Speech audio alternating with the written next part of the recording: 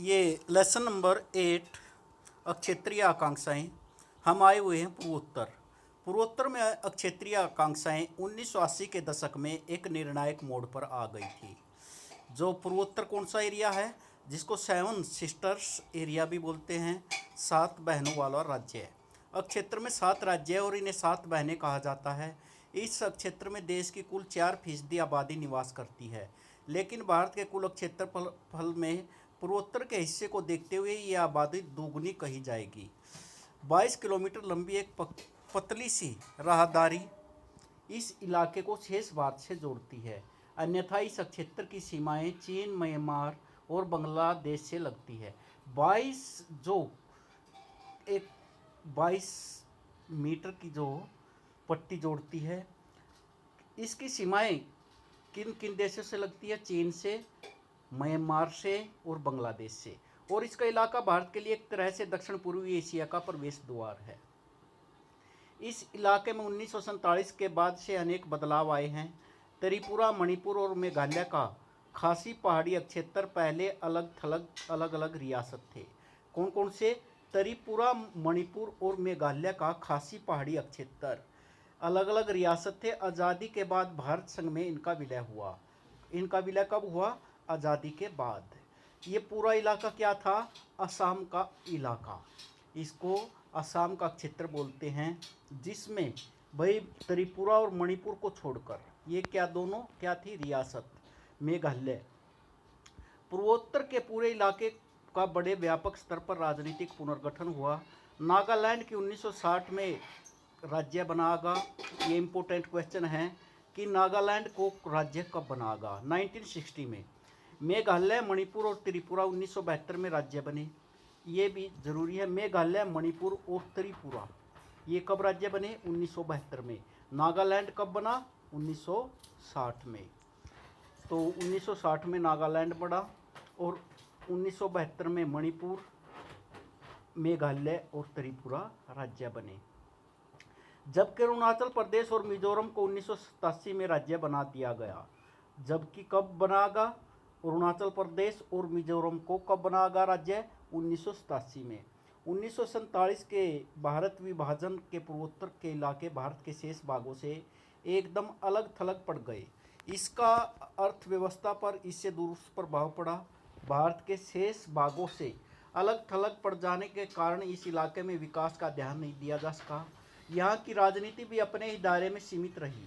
इसके साथ साथ पड़ोसी राज्यों और देश से आने वाले शरणार्थियों के कारण इलाके की जनसंख्या की संरचना में बड़ा बदलाव आया।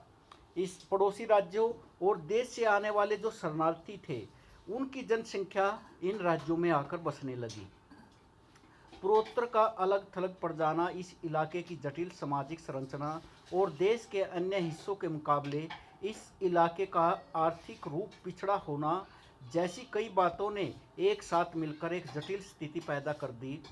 ऐसे में पूर्वोत्तर के राज्यों में से बड़ी बेतरतीब किस्म की मांगें उठी। इस इलाके में भारत की अंतर्राष्ट्रीय सीमा रेखा काफ़ी बड़ी है। सबसे जो बड़ी सीमा रेखा, अंतर्राष्ट्रीय सीमा रेखा, वो कौन से देश के साथ है? वो चाइना के साथ है।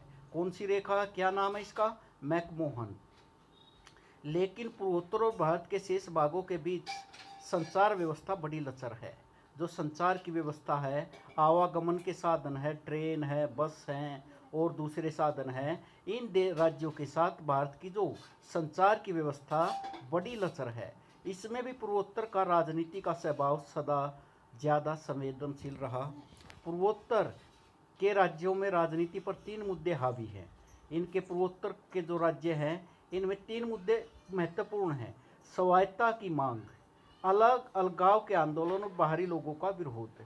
इससे पहले मुद्दे यानी स्वायत्तता की मांग पर 1970 के दशक में कुछ शुरुआती पहल की गई थी। इससे पहले 2 मुद्दों ने 1980 के दशक में नाटकीय मोड़ लिया। स्वायत्तता की मांग, आज़ादी के वक्त मणिपुर और त्रिपुरा को छोड़ दे तो यह पूरा इलाका असम था। मणिपुर और त्रिपुरा को छोड़ देने पर यह पूरा इलाका क्या था? असम। गैर असम लोगों को अब लगा कि असम की सरकार उन पर असम भाषा थोप रही है, तो इस इलाके में राजनीतिक स्वायत्तता की मांग उठी। पूरे राज्य में असमी भाषा को लादने के खिलाफ विरोध प्रदर्शन और दंगे हुए।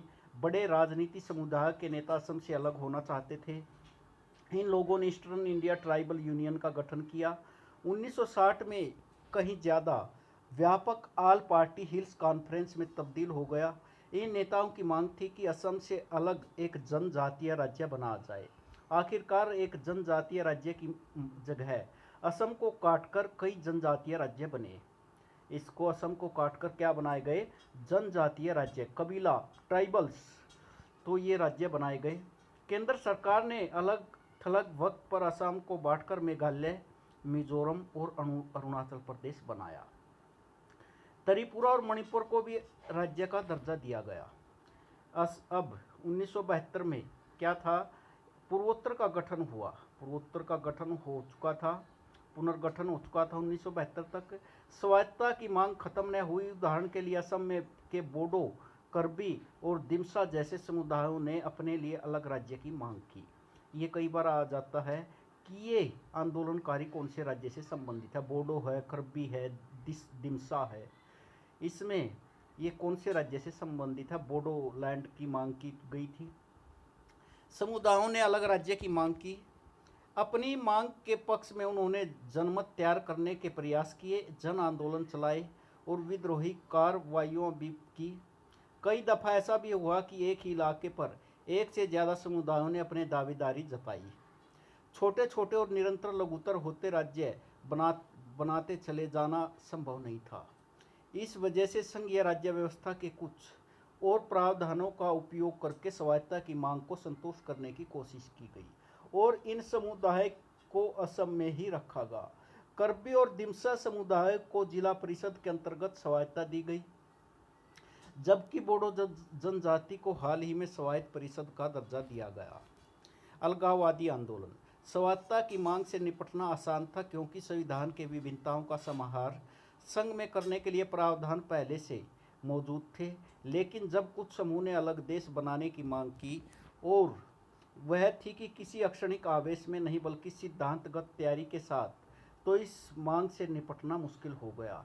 देश के नेतृत्व को पूर्वोत्तर के दो राज्यों से में अलगाववादी मांग का लंबे समय तक सामना करना पड़ा। इन दो मामलों की आपसी तुलना हमें लोकतांत्रिक राजनीति के कुछ सबक सिखाती है। आज़ादी के बाद मिजो पर्वतीय क्षेत्र को असम के भीतर ही एक स्वायत्त जिला बना दिया गया था। कुछ मिजो लोगों का मानना था कि वे कभी भी ब्रिटिश इंडिया के अंग नहीं रहे, इसलिए भारत संघ से उनका कोई नाता नहीं है। 1959 में मिजो पर्वतीय इलाके में भारी अकाल पड़ा। असम की सरकार इस अकाल में समुचित प्रबंध करने में नाकाम रही। 1959 में 59 में मिजो पर्वतीय इलाके में भारी अकाल पड़ा था। जो असम की सरकार इस अकाल में समुचित प्रबंध करने में नाकाम रही। इसके बाद अलगाववादी आंदोलन को जन समर्थन मिलना शुरू हुआ। मिजो लोगों ने गुस्से में आकर लाल डेंगा के नेतृत्व में मिजो नेशनल फ्रंट बनाया।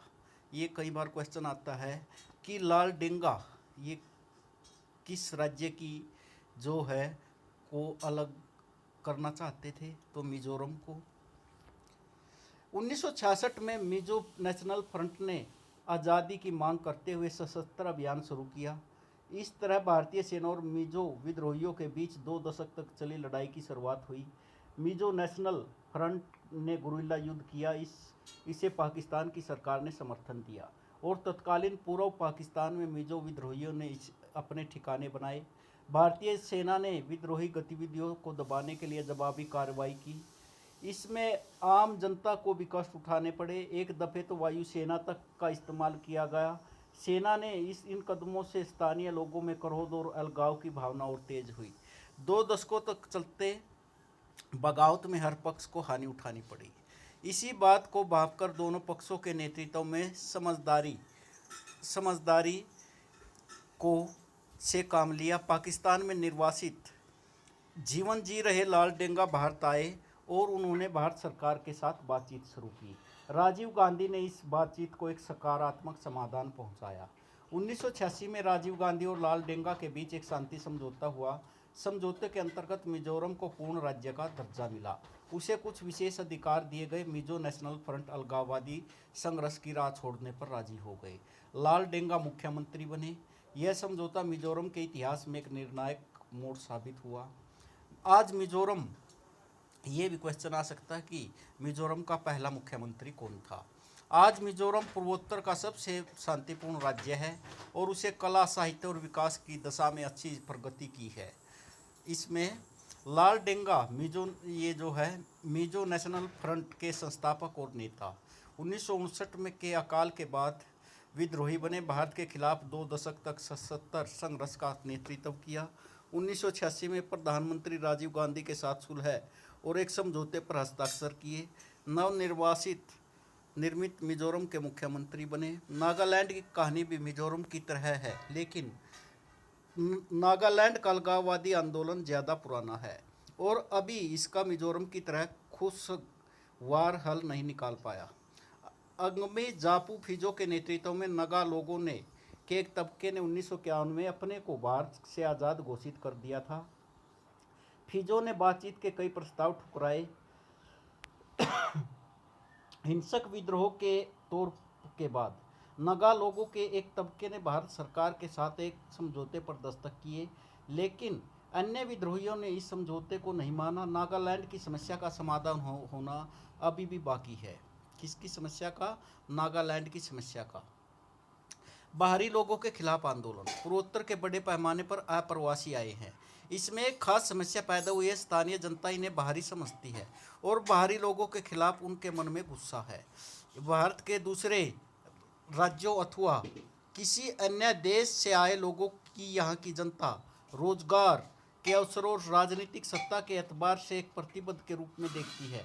स्थानीय लोग बाहर से आए लोगों के बारे में मानते हैं कि ये लोग यहाँ की जमीन हथिया रहे हैं।